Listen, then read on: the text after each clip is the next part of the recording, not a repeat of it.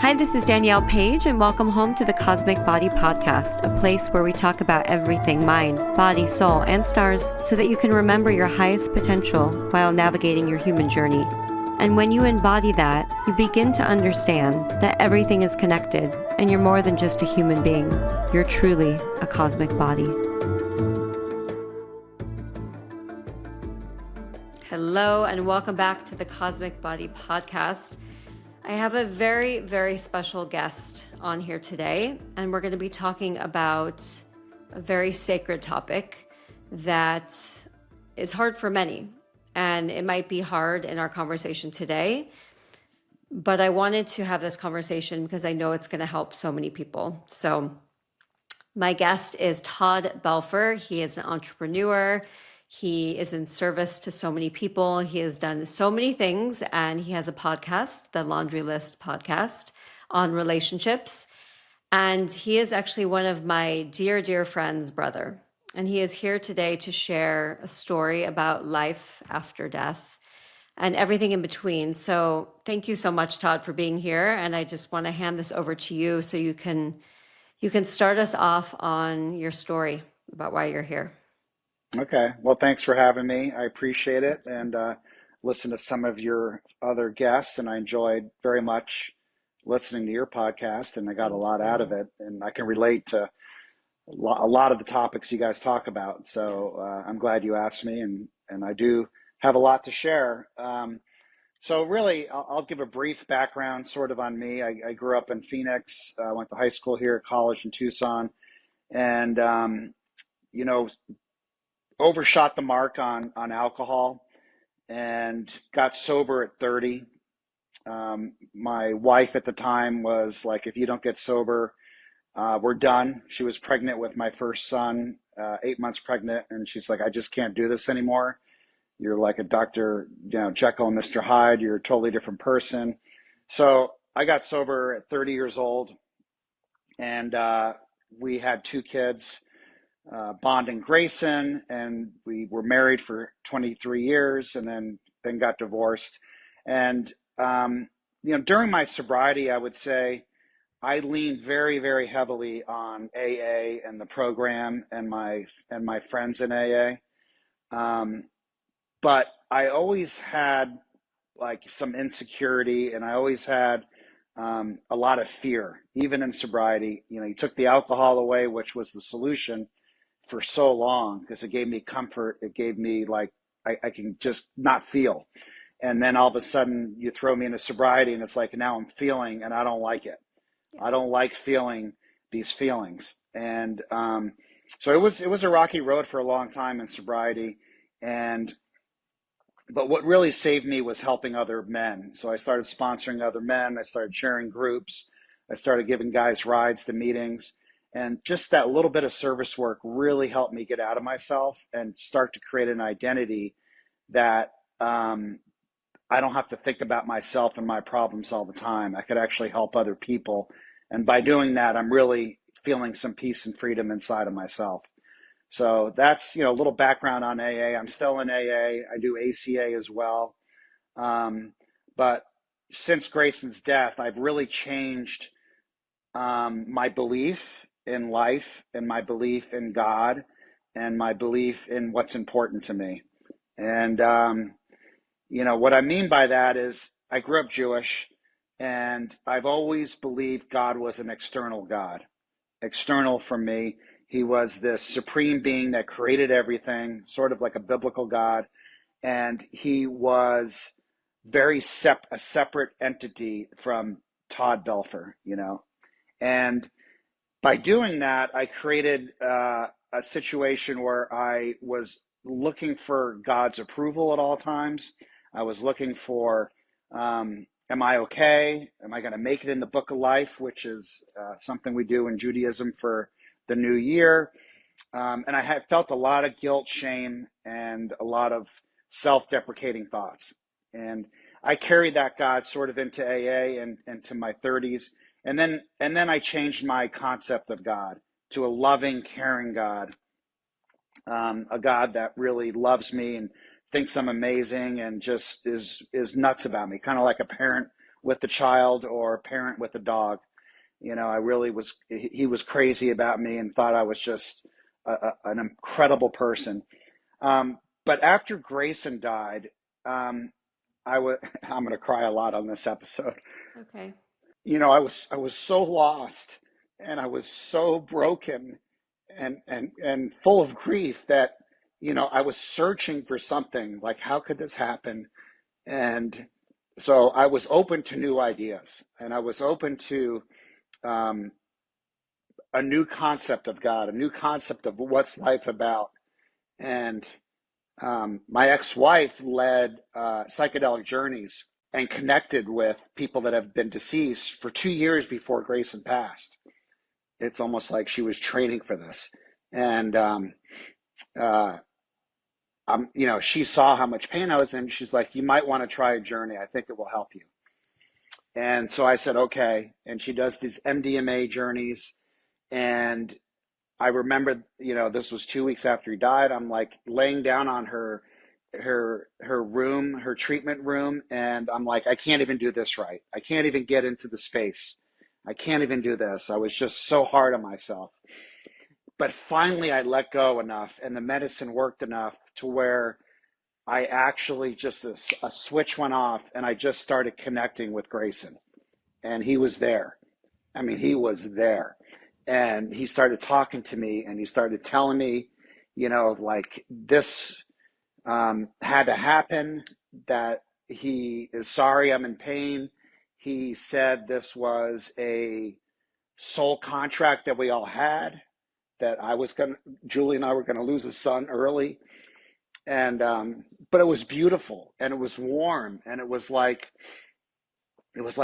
nothing I've ever felt. And I know the medicine had something to do with it, but there was also a connection with his spirit that was undoubtedly like he was there. And we talked, we hugged, we felt each other's energy, and it gave me some relief. It's like, okay, Grayson's not here physically, but Grayson's still here. And that was the beginning of my journey about, I don't know, 19 months ago, of believing that, God is not external. God is that consciousness, that soul, that spirit inside of me that is connected to Grayson still and everybody else. That fabric is like, it's almost like a mirror ball, and I'm one tile of that mirror, and everybody else on this planet are the other tiles, and collectively we make up the energy, what I consider to be called God. And it feels incredible. It feels so warm. It's like a warm blanket. I did hypnotherapy about 4 months after Grayson passed, and this Israeli woman took me in. She was trained by Dr. Michael Newton, from the Newton Institute, Journey of the Souls, Destiny of the Yeah. Souls. And I didn't really think anything was going to happen, but it was recommended to me. And I went into that, and 3.5 hours into the hypnotherapy session, I am sitting there with Grayson in the spirit world, and I am begging her not to take me back. Like, I want to stay here. Like, this feels so good. This feels like a feeling I've never had in my life. And I kept asking her, Gila, please let me stay here. Please let me stay here. And she's like, it's okay. It's okay. Just take it in. And I mean, obviously I came back, but it was the first time I felt, I think, what it feels like to die or not being, not being in body. And it was such a blissful, loving feeling. And what I've taken away from those experiences and plenty of meditations where I've connected with Grayson, the more energy I put into it on a higher frequency of love and connection to him. And I talk to him every day. I dream with him all the time, like probably half the weeks, half the nights I dream with him. Um, and he shows up. I mean, he shows up every day. And one of the things we've had so many different things over 19 months. When he first passed away, this is his ring. I wear all his jewelry and his watch and his bracelets. But one of the things he was doing with me, he was shocking me on this ring for like the first 3 weeks after he died. And at first I thought, I'm imagining this, like this isn't real. And I literally like was trying not to believe it. But then it was so painful, the shock was so painful. I'm like, I have to believe this. Like this really is happening. Yeah. So, and then, that stopped. And then lately, the last few months, I've been hearing these very, very high pitched frequencies. That is, I think, his way of communicating with me. And it's like super high pitched, like call it tinnitus times 100. I Yeah. mean, really, really loud. Yeah. And I'm like hearing this and I'm like, at first I didn't know what to make of it, but now I feel it's like a loving, you know, it's like coming into my heart. And then another way we communicate is he continues to show me his name everywhere, Mm. like everywhere. And what I mean by that is I will see the word Grayson or Gray probably 4 to 5 times a day. And I don't remember seeing Gray or Grayson Yeah. ever before. And to the point where my ex-wife and my son and I are looking for furniture for his office.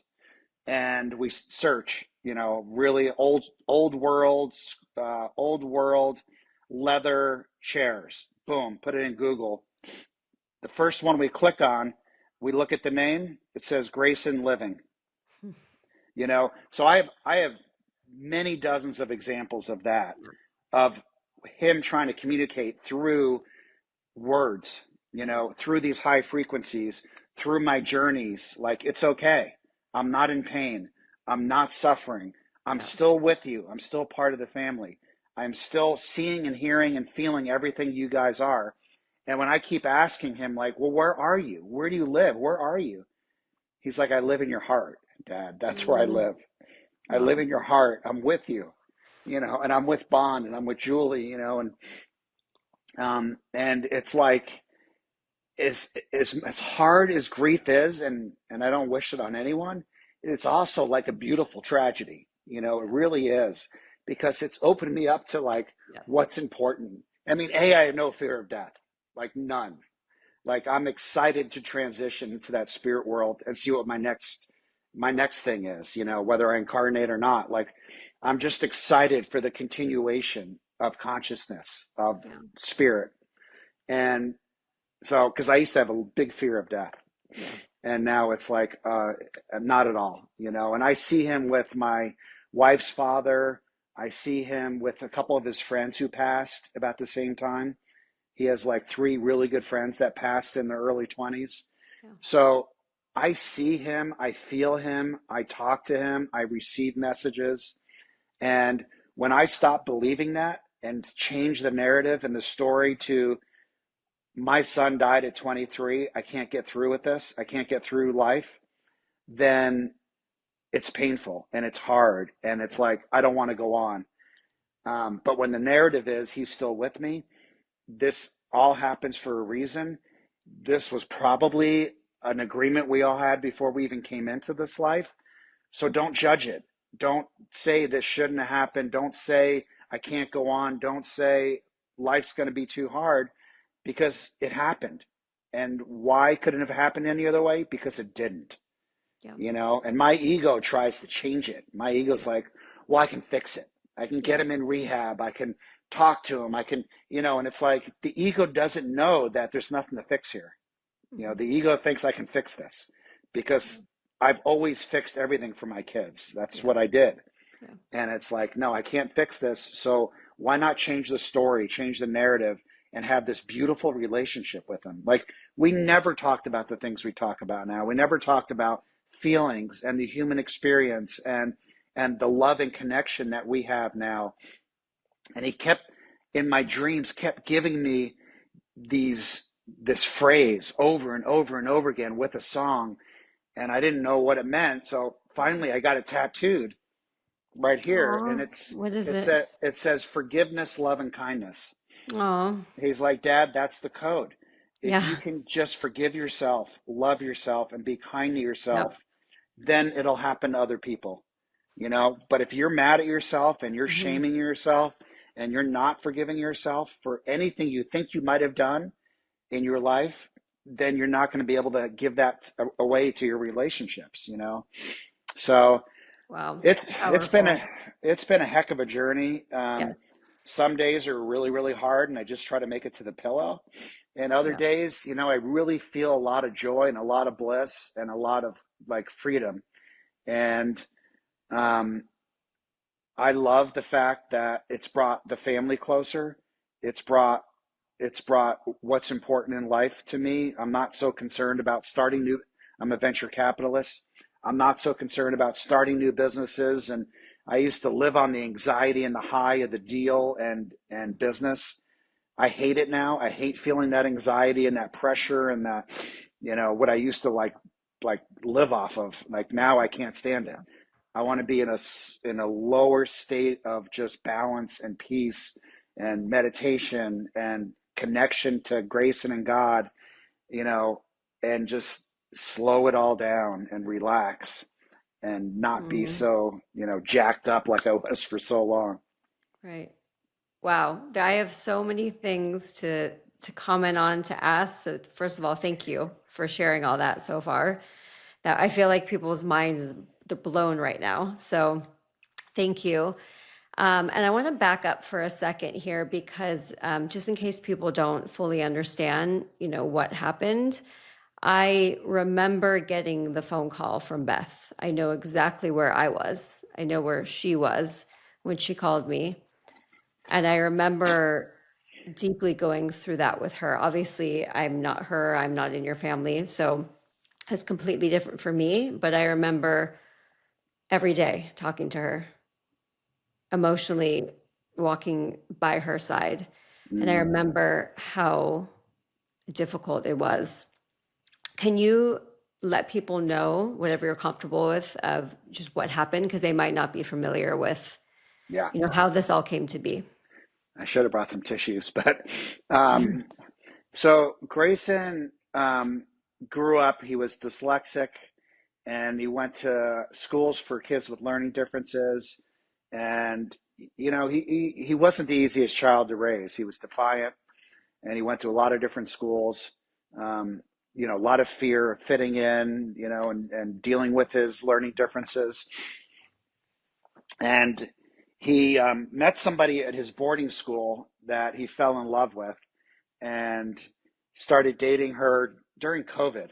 He actually met her the same time I met my wife, and we were all hanging out. And she's a lovely girl, and he just fell in love. Like really, the first time he just opened his heart and allowed himself to be vulnerable and in touch with his feminine side. And you saw like a spark come out, and his Yeah. personality came out. And um, but fast forward 2 years, to deal with the feelings I think that are involved in such an intense romantic relationship.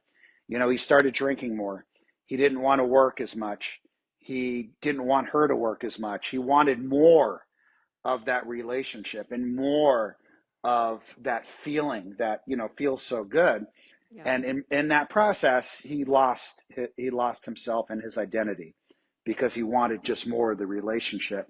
So um, she had to go back east because of her sibling died suddenly in a car accident, her 8-year-old sibling, I remember that. and she had to go back there. And Grayson just really had a hard time with that, with her not being here. I mean, she was like his rock, and he just started falling apart. Um, and uh, he was just trying to scare her to coming back. Like, please come back. I want you so desperately to come back. And he just took a picture of himself with a gun to his head. And, you know, he didn't mean to do it. His bags were packed to go on a ski trip the next day. I know he didn't mean to do it, but he wasn't in the right state of mind. And the gun accidentally went off. So, we found him the next day. And, you know, uh, that was his journey. That was his journey. But we've embraced Haley, his girlfriend, Yeah. and she's part of the family. and I know how much pain and suffering she deals with Yeah. and, her part in this. But, you know, as much as we want to change it, fix it, blame other people, all we can do is love each other more Yeah. and just be, you know, who Grayson wants us to be now and who Grayson sees us to be. He doesn't want us to be an anchor. He doesn't want us to be judging and blaming each other. He wants us to love each other. And we all feel that. We all feel him very deeply. And we all dream about him very often. We talk to him very often, daily. And the messages, I mean, um, my ex-wife did a meditation and he came in and they were talking and he felt so, she's like, it was like he was 8 years old and he was so proud of who he was now and all the people he's helping and all the people that are transitioning that like have a hard time going back in his spirit. He's working with them. And all of a sudden, when she got done with that meditation, she pulls up her Instagram, and the first thing she sees is Gray's pride. And Oh, that's exactly what she saw in that meditation was like yeah. he's proud of himself. So like we constantly get messages like that all the time. Like And that's understanding how everything is connected because we think it's all separate and we think it's like, oh, it's just a coincidence. right. But there is a rhythm in which you're understanding and you're seeing that everything is connected and Yep. there's no separation. Nope. And the more we believe that and the more we like lean into that story, the more it happens and the more we Yeah. feel it. Yeah. And Because you allow it to happen.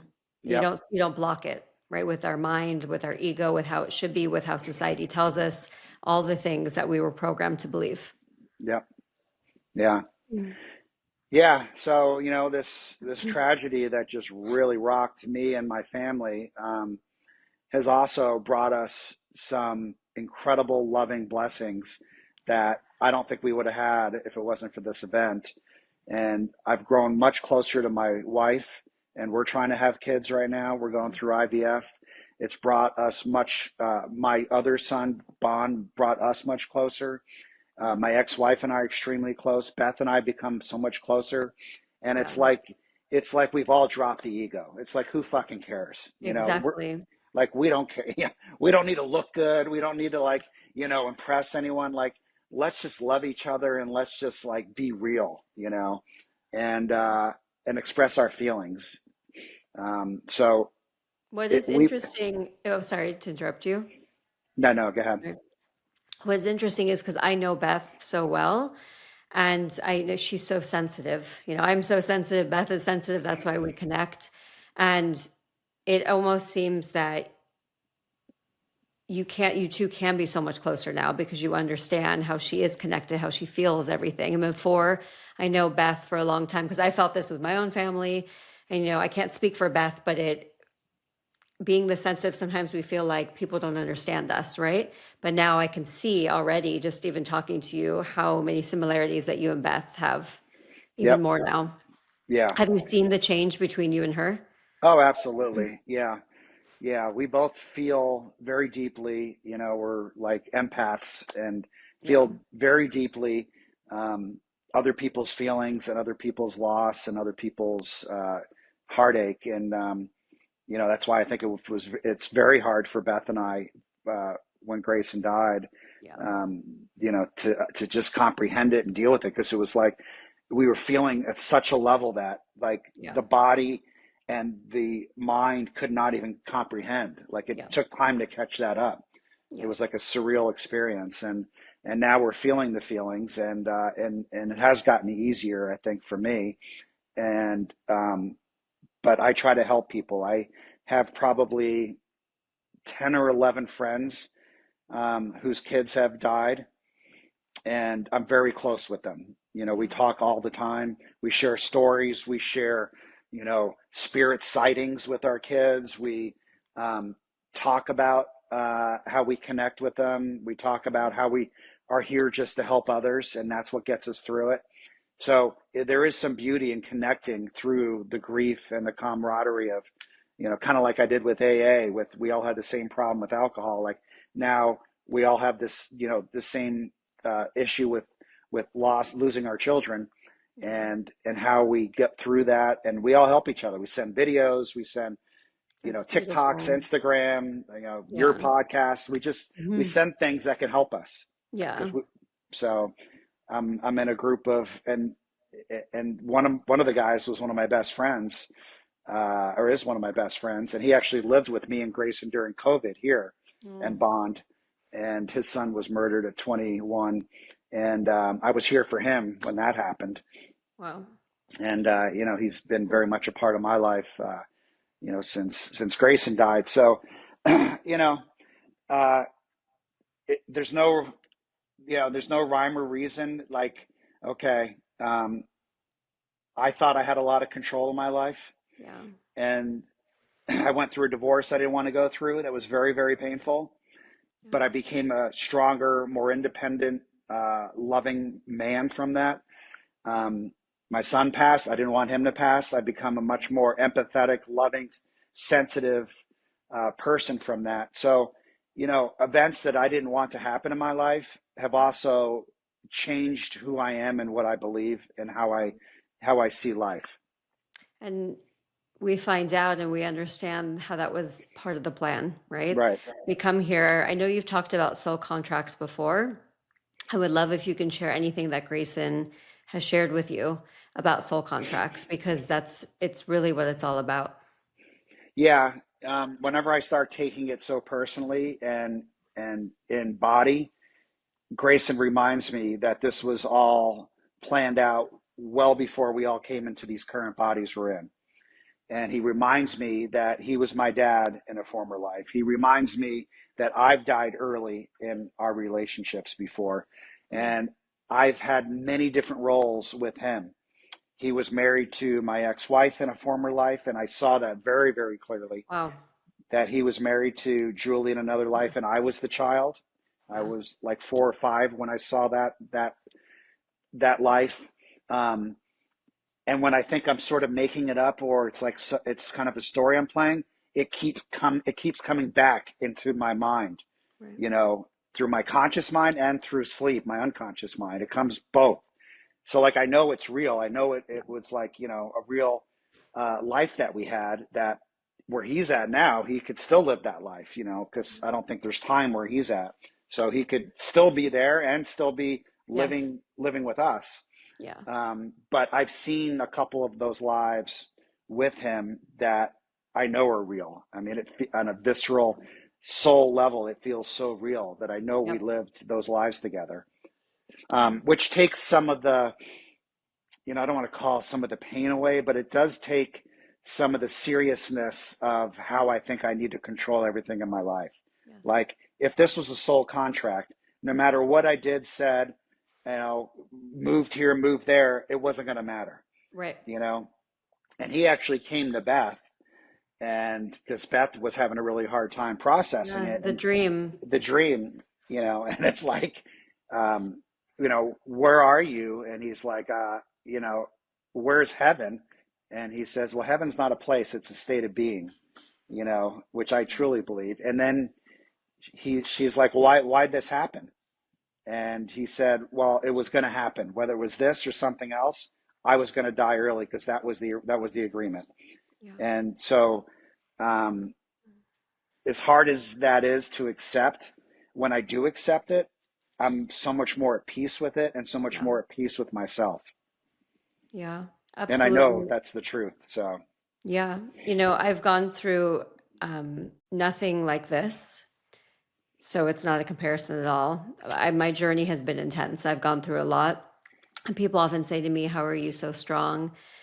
And it's like, well, when you go through things that you really did not want to go through, you have no choice. I mean, you do have a choice. You kick and scream, and we all do that for a while until you surrender into what is and you understand a bigger picture. And it sounds like that's part of your contract as well to understand to get to this point, because in a way, you were always and I don't mean sensitive in a negative way. I think people think sensitive is a bad thing. I don't see it as that, but you were always sensitive or empathic. And that's probably why you were drinking before, because most people, especially when I do charts, I see a lot of Neptune energy or Pisces energy somewhere in the chart.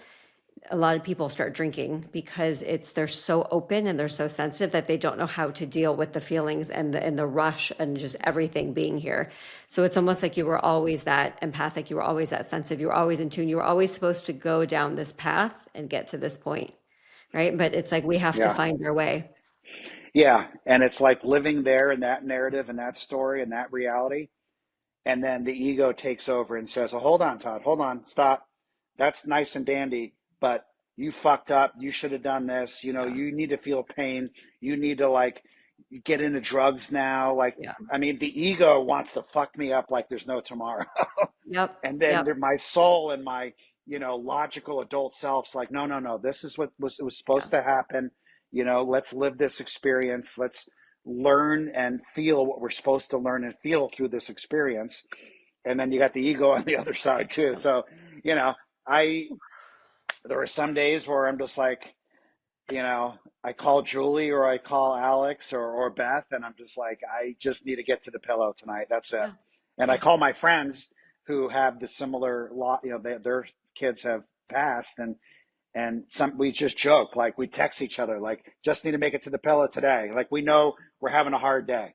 Yeah. We know we're having a hard day, and it's funny because I did a long meditation last night, actually, 2 hour meditation.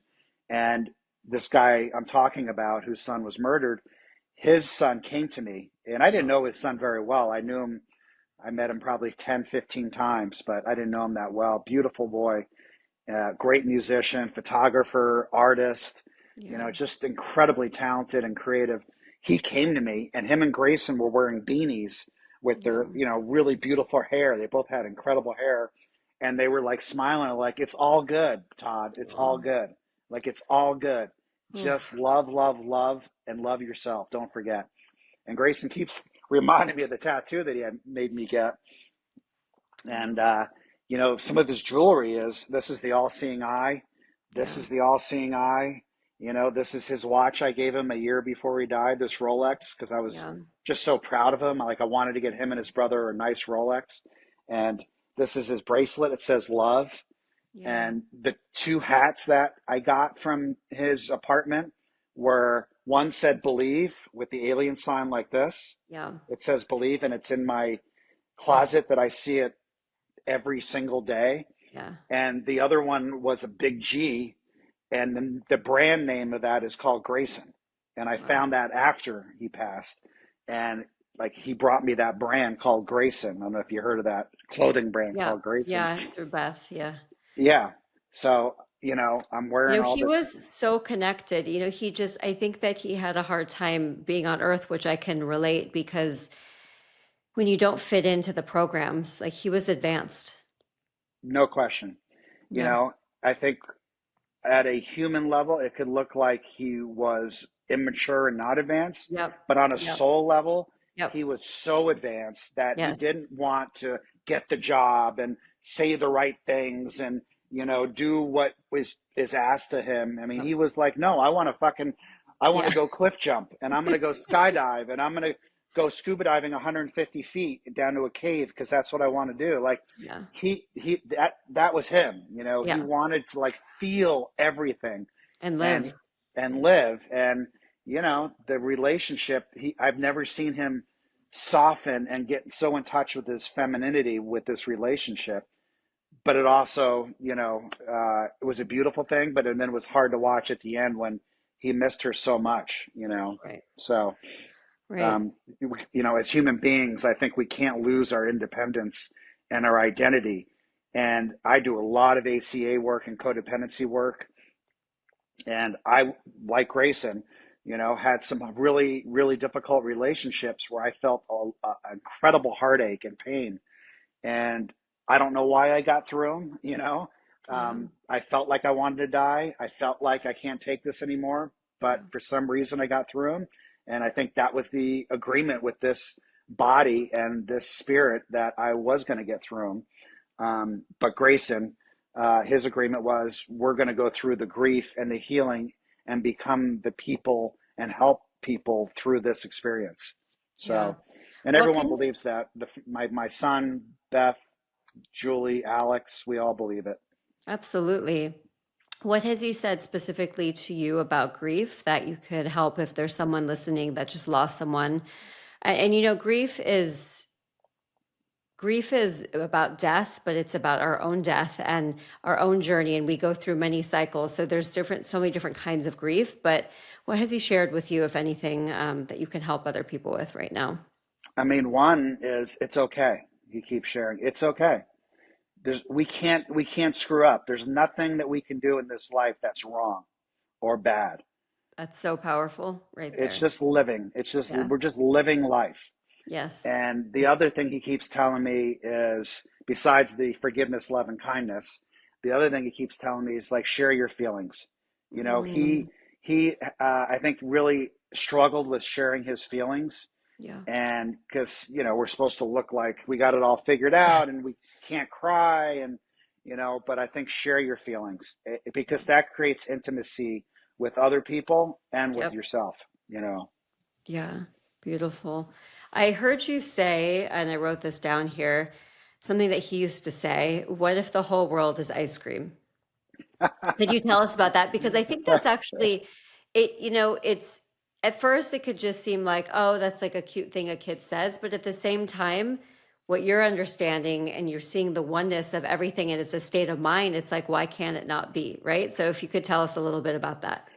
Yeah, when he was young, I remember him one day just saying, "What if the whole world was ice cream? That'd be so cool, wouldn't it, Dad?" And Yeah. it's so him. Like he just wants to play and have fun, and he would go up to kids at the park and say, "Hi, I'm Grayson. You want to play?" Like Aw. he just loved to play and have fun, and I think that's a message for me and everybody is like, let's just play and have fun and not Yes. take ourselves so seriously, not worry so much, not be like in such fight or flight all the time, Yeah. and panic and control. I got to control every little piece of my life, and just let go. Just let Yeah. go and just enjoy whatever happens is supposed to happen, and just enjoy it. I Enjoy think the that's ride. I think that's the biggest thing because, we're here to experience all this. We're here to feel everything, the highs, the lows, the in between, and the struggle with. I mean, I've been doing this work consciously for 16 years and coaching and guiding people, and I see it in myself and I see it in other people. It's the integration of the human self and integration of the soul, right? On a soul level, like you didn't mess up, right? But then we have the ego and that human part coming in saying, "Oh, you did this, you did that," and as you're seeing and what Grayson's showing you, that's not truth, right? So it's that integration of this human self with the soul self is like that's I feel like our earthly experience of why we're here, Yep. right? And Yep. he keeps saying that like it doesn't matter, you didn't mess up. There's no mistakes. And I always say that because, I always tell people if you chose to do something that wasn't probably the best idea, and I've done things too, I'm like, well, that wasn't the best idea, right? But if you chose to do it, there's obviously an experience in it that you needed, or you wouldn't have chosen it, right? Or Right. you would have picked the different door, Yep. but you had to go through that door, so that's Right. okay. Right. And if life was easy and we got everything we wanted and there was no feelings of sadness, grief, stress, anxiety, anger, like, I mean, that's not the human experience. Right. That's Then what's the some point? other We'd experience. be we'd be ascended masters. So what's the point of being here, right? Right. Right. So Like, and even the ascended masters, Jesus, Buddha, they mhm, experience a lot of heartache and a lot of pain and a lot of yeah, anger. I think they transition through that in their body, but it's like we just there's it's called rule 69 in AA. Like we're not supposed to take ourselves so seriously. You know, yeah, just enjoy my friend says, my good friend says, just ride the wave, and wherever it's yeah, going to take us, it's going to take us. yeah. Just I say ride the that all wave the and time. relax. You Learn to know, surf. Learn to the, surf because it's you're gonna have big waves, small waves, and you just have to learn to surf. yeah, and we're my wife and I are going to have we want 3 or 4 kids, and we're doing Oh, IVF now. yeah. And her grandmother, uh, who took her life, her Mm. name was Lida Gray. So we're going to name our Mm. daughter Lida Gray. And Grayson went by Um, Gray. yeah. His name was Grayson, but everybody called him Gray. So we're going to name our daughter Lida Gray. Mm. And It's gonna be beautiful. yeah, Yeah, so we're really excited. And, who knows? Maybe Grayson will decide. I believe every soul, every spirit decides what they want to do, but Right. maybe Grayson will come back as one of our kids, and we Right. will know. If that Yeah, happens, we you will will know. absolutely know. Yeah, there's no question about that at all.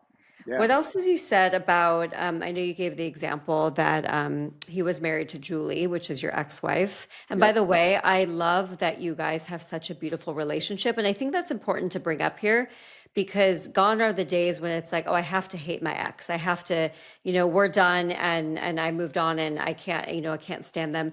And that's not the situation at all. I know that you guys have like family dinners and you celebrate holidays together and her partner and your wife. And I love that so much. So I think that's really important to bring up. We're all very, very Yeah. close. And Yeah. we're actually looking at opening a retreat center in Oh yeah, Cave let's Creek talk about that. for grieving families, Yes. families that want to connect to their loved ones that just are just, they don't know how, they're so stuck in the 3D world of loss. So we want to, we want to share our experience and try to pass it on. That it is painful, and there are days where we're just Yeah. living in body, and Yeah. the ego just is going to feel pain. But there's also experiences that we talked about that can be beautiful and transcendent and full of love and connection. And I mean, I could write books and books about the connection I have with Grayson now, Hmm. and it's and it's not just me. Like he's talked to my one of my best buddies is this guy named Mark Kerr, and he actually, I'll give a little plug for him. He's actually, The Rock is doing a movie about his life right now. Mm. So The Rock's doing a movie. Well, He's playing Mark Kerr, and it's called The Smashing Machine. Mark was he was the number one UFC fighter the first oh, 4 years it came out, and he was like the guy for MMA. So he's, in that world, he's really famous. But he knew Grayson maybe a half dozen times, didn't know him well. He's driving by his apartment a week after it happened, yeah. and he just starts bawling. And he didn't know where Grayson lived. Yeah. He just starts bawling, and he hears this voice like, check on your dad, check on your dad, make sure Grayson's dad's okay, check on Todd, make sure Todd's okay. Like, he kept hearing this, Yeah. and he started bawling, and it took him a couple days to actually even call me and tell me this, because he was so emotional. And he's like, Todd, it's like literally someone was sitting in the car with me telling me to check on you to Yep. make sure you were okay. And he Yes. goes, I don't know what the fuck it was, I don't know, Yeah. but he goes, Grayson was telling me to make sure you're okay and to check on you, and to, you know, like, be make sure that you're okay. So, I've had a lot of those kind of experiences where just out of the blue, a friend will call me and say, "This is what happened." Yeah, Yeah. And I mean, this is where we're going with our consciousness on Earth. People are understanding more now that this is real and it's just a different frequency. They show me, I do a lot of channeling of, earth consciousness, kind of where we're going.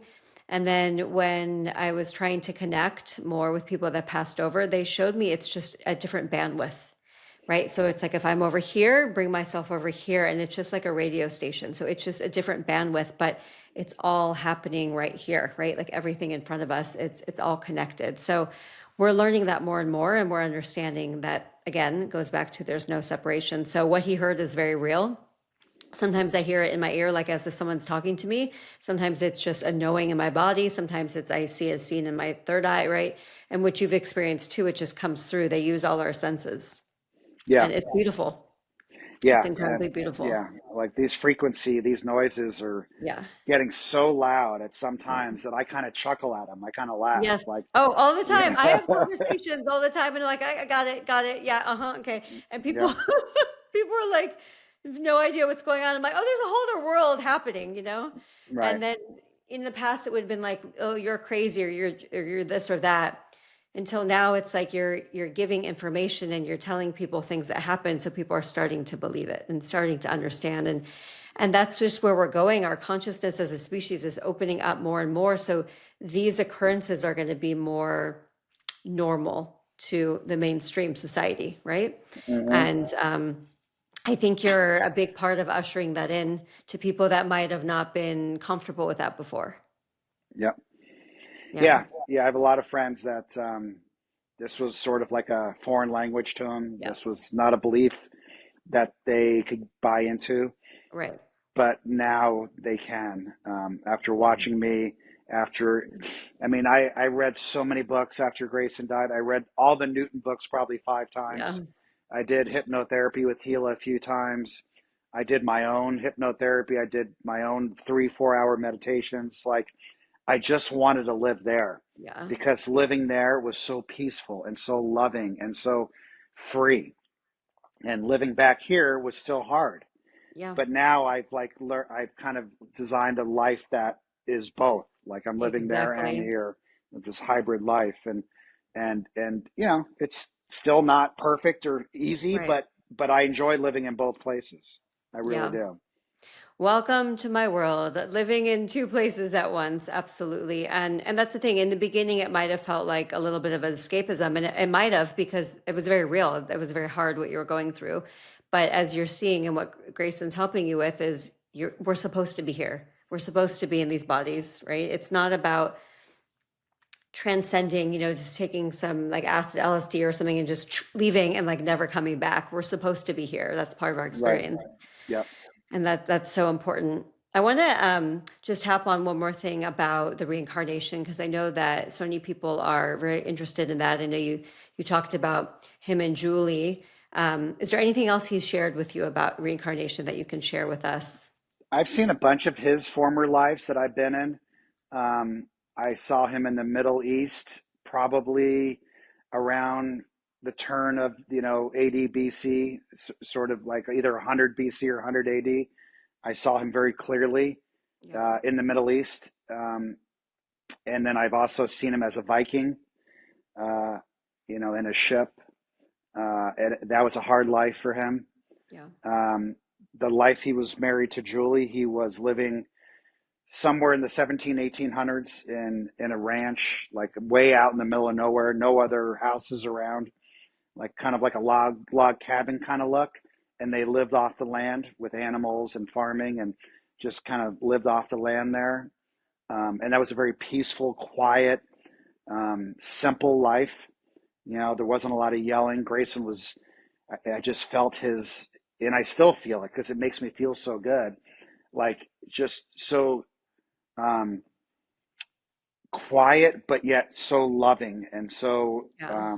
like just his love was so infectious that he used to take me on his horse in that life, and I would ride in front of him, and he'd put his hands on me, and he would kiss my head as we rode on that horse, Oh, and you could just feel his love, like just such a beautiful love, and and that was it was just a wonderful life. There wasn't chaos, and it didn't feel like super stressful and anxious. It just felt very calm and free, and just slow, slow.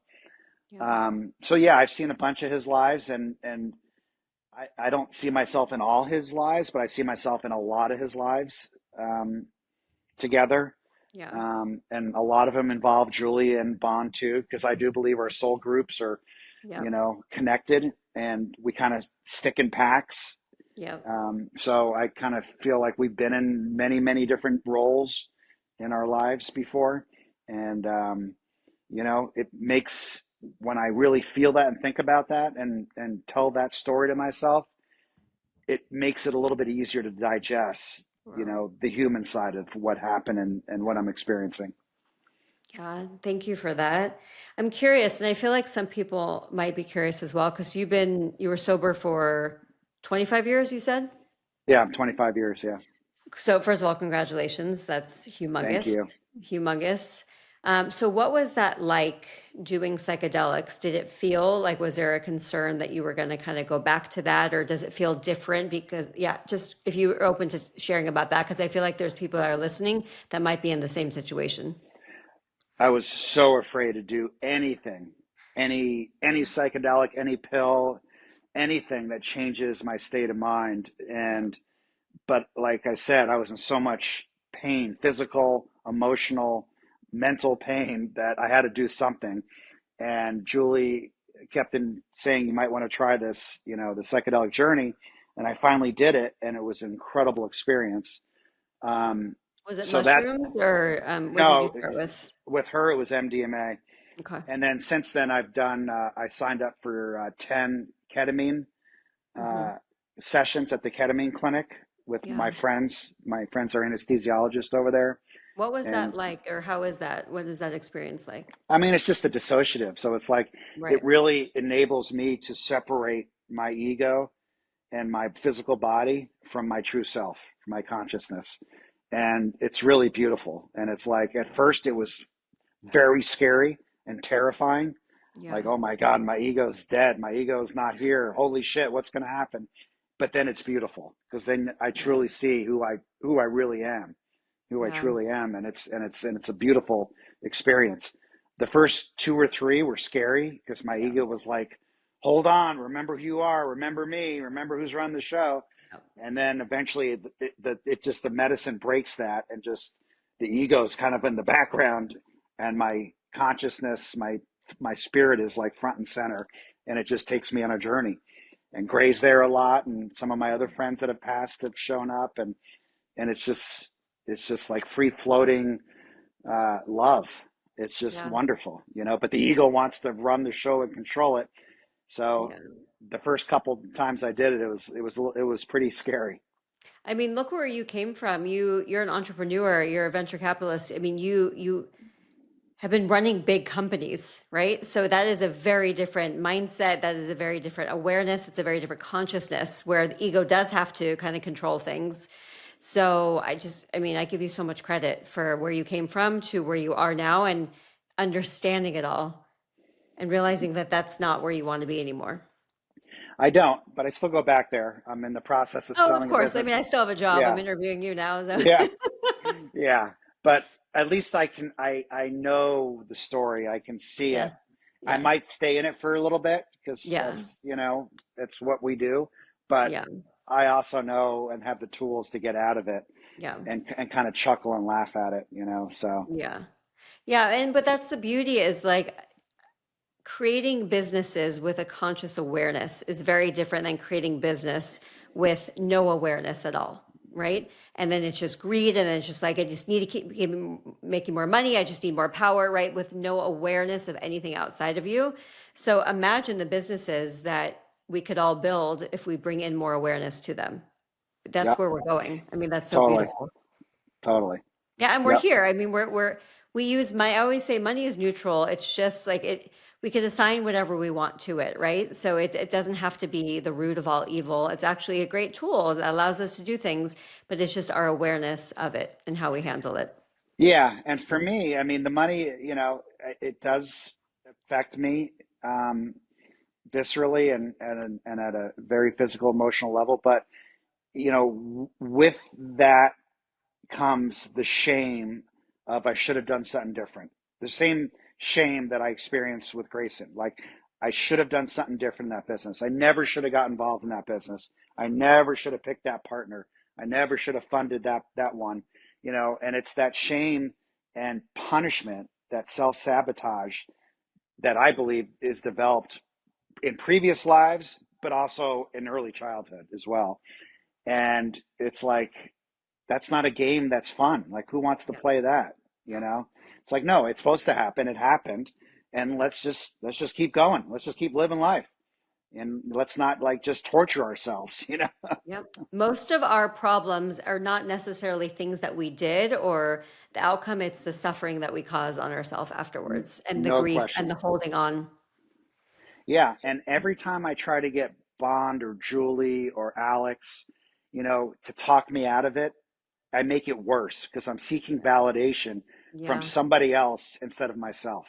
Yeah. Like I need to tell myself, Yes. ego, adult, and spirit all Yeah. together, that makes up Todd. I need to tell myself, no, it's okay. Have you made mistakes? Absolutely, you've made mistakes, Totally. Yeah. but you're not bad. You're not, evil. You're not like Mm. you're a loving, beautiful person, soul, and spirit. So That right there is so powerful, and so many people need to hear. And I actually, I can say this all day long. and hopefully people listen. Hope you guys do. But I feel like it's very different coming from a man because we live in the society where men don't often say these things, right? So I think it was so powerful what you just said right there. And I want to make this one of the reels because that was so important, and coming from you, and it's becoming embodied, and that's huge. Yeah, I feel that deeply. I'm much more attracted and more intimate with my friends, my friends that are men, um, that are vulnerable, that Yeah. can cry in front of me, that can Yeah. talk about their pain. The ones that have it all figured out, that look good, that their social media is all beautiful, and it's like, yeah, we have relationships, but I feel much deeper with my other friends that are showing emotion, that are talking about their pain, their human experience that's difficult. Because it's real life, and that's what we're here for. Right. And go back to, what does it say? Love, kindness, and forgiveness. Yep. Forgiveness, love, and kindness. And Mm. I knew I had to get tattoos because Uh-huh. none of us could get tattoos because my mom was like, no, no, you're Jewish, you don't Yeah, get because tattoos. yeah. And and Grayson always wanted tattoos. So Mm. literally after he died, like You Bond and I are had like, to. we're getting tattoos, So you and Bond So got them together? yeah, and we're Oh, I love we're gonna that. keep we're gonna keep getting more, but I love that. um, we have some really cool ones. This one's Dark Side of the Moon, the Pink Floyd, but Grayson showed me in a couple of my meditations with him that the white light is the spirit, and then Mm. it comes into the prison, and then our soul takes a form of a body, enters a body, and then all the different colors are all the different human emotions we experience in life, Mm. and then it comes back again Oof. after we die. And he kept showing me this in my journeys and my meditations and my dreams. So I'm like, I have to get this because he showed this to me Ah, probably a dozen and a half times. it's so powerful, so beautiful, so beautiful.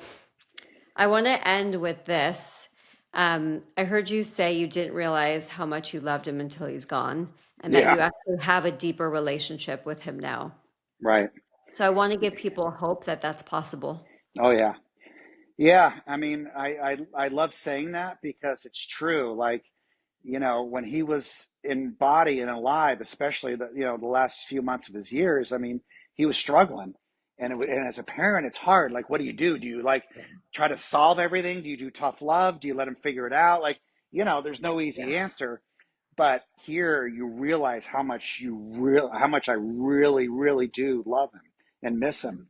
And I don't think I can really know how much I truly love someone until they're gone. Yeah. And 3 days after Gray died, my best friend died. Oh, He wow. he had cancer, and then he got pneumonia when he got home. I actually think he Wow. beat the cancer, but he got pneumonia and his body didn't couldn't fight it. But he was my very best friend in the world, and I mean, just such an amazing man. But like Grayson and Ronnie, I didn't realize how much I really, really loved them and enjoy their time and company until they were gone. When they're here, they're like, they're a pain in the ass. They're bugging me. They're, you know, I'll take all that stuff back times 1,000 just to have them back. It's like, that's what made them them. And so I'm done judging people like, oh, don't do that. Oh, that person Yeah. annoys me. It's like, because when they're not here anymore, like my dad's 86 and, he'll be 87 his next birthday. And I there'll be love a your day. dad. Your dad is Yeah, amazing. there'll be a time when he's not here, and it's like, why'd I write him so hard about being like that or doing that, or Yeah. just love him exactly the way he is, right? They love people exactly the way they are. I mean, it Yeah. doesn't mean I need to be a doormat. I still need boundaries, Exactly. but I don't need to change people, to love them. I can love them the way they are. That is so, so huge and so profound. And I mean, I can see that Grayson really, in a way, gave you the gift of life more so than you ever had before. I feel like, Yeah, even just talking to you. So I hope you feel that. I hope you see that as well, because yeah. it's Thank you. profound. It's Yeah, profound. yeah. Thank you. Oh, sorry. Go on. No, I was going to say he's my son, my father, my best friend. Yeah. He's a lot of things, but most importantly, our souls love each other outside of the human body. Our Yeah. souls are connected. So So deeply connected. yeah, And it doesn't stop. It doesn't stop here. yep, Yeah, it's eternal. absolutely. Thank you so much, Todd, for coming on, for being vulnerable, for sharing, for really just opening your heart, because I know that this conversation is going to help so many people as well. And that was my main intent of really helping people through their own grief and through their own loss, and to know that there's something on the other side. Yep, for sure. Thank you, Danielle, for having me, and I really enjoyed it, and look forward to seeing you live soon. Yes, soon. Thank you. Okay, thank you.